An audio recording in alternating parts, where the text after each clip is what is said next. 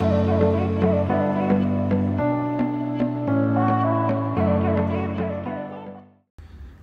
busy people. I hope everyone is doing great.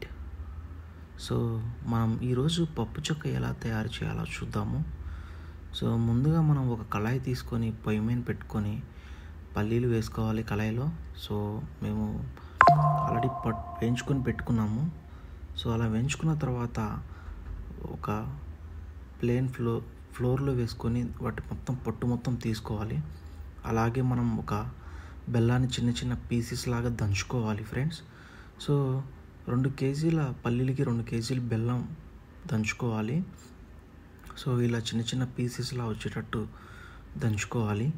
దంచుకున్న తర్వాత పొయ్యి మీద పెట్టి కొంచెం వాటర్ యాడ్ చేసుకోవాలి. ఒక 50 ml వాటర్ యాడ్ చేసుకున్న తర్వాత స్టవ్ ఆన్ చేసి అలా ఒక 5 to 10 minutesకి అది చిన్నగా లిక్విడ్ ఫామ్ అవుతుంది.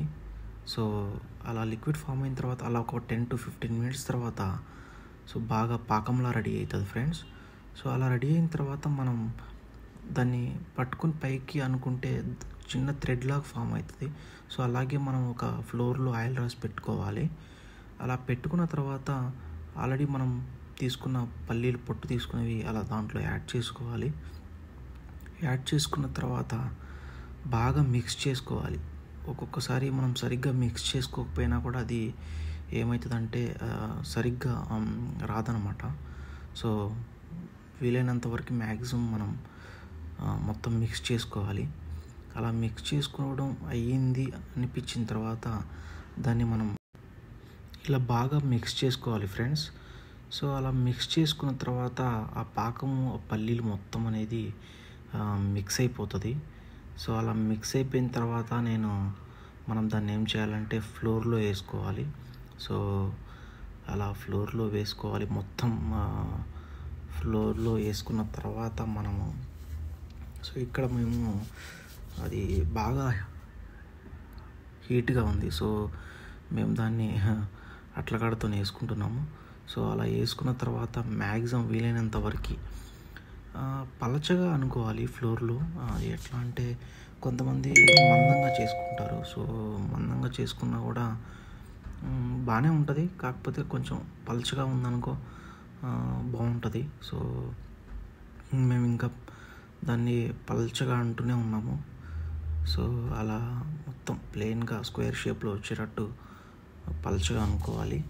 సో అలా అనుకుంటూనే ఉండాలి పలచగా అయినంత వాటికి.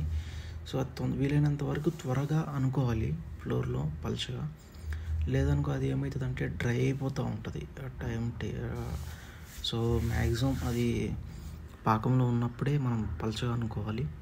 ఎక్కువ టైం పెట్టుకున్నా కూడా అది ఏంటంటే డ్రై అయిపోతుంది. సో అలా స్క్వేర్ షేప్లో అనుకున్న తర్వాత అలా ఒక 15 to 30 minutes దాన్ని మనం వదిలేసేయాలి ఫ్రెండ్స్. అలా వదిలేసిన తర్వాత అది మ్యాక్సిమం రెడీ అయిపోతుంది. సో అది ఆల్మోస్ట్ డ్రై అయిపోతుంది అనమాట. సో 15 to 30 minutes తర్వాత ఇలా డ్రై అయిపోయింది మొత్తం. సో అలా అయిపోయిన తర్వాత మనం దాన్ని ఒక ప్లెయిన్ అట్లకాడ తీసుకొని అట్లకాడతో మ్యాక్సిమం సైడ్స్ నుండి లేపుకోవాలి. ముందుగా 4 sides లేపుకొని మెల్లిగా మిడిల్లో లేపుకోవాలి. సో నేను ఇలా 4 sides లేపి 1 side నుండి లేపుతుంటే అది మిడిల్లో బ్రేక్ అయిపోయింది.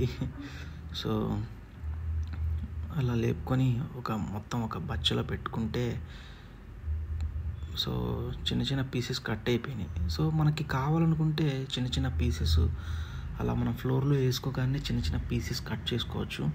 సో ఇక్కడ మేము కట్ చేసుకోలేదు ఫ్రెండ్స్ మొత్తం. సో అందుకనే మాకు ఇలా వచ్చేస్తున్నాయి. సో చూడండి పెద్ద పీసెస్ వచ్చేసాయి మాకు ఇక్కడ.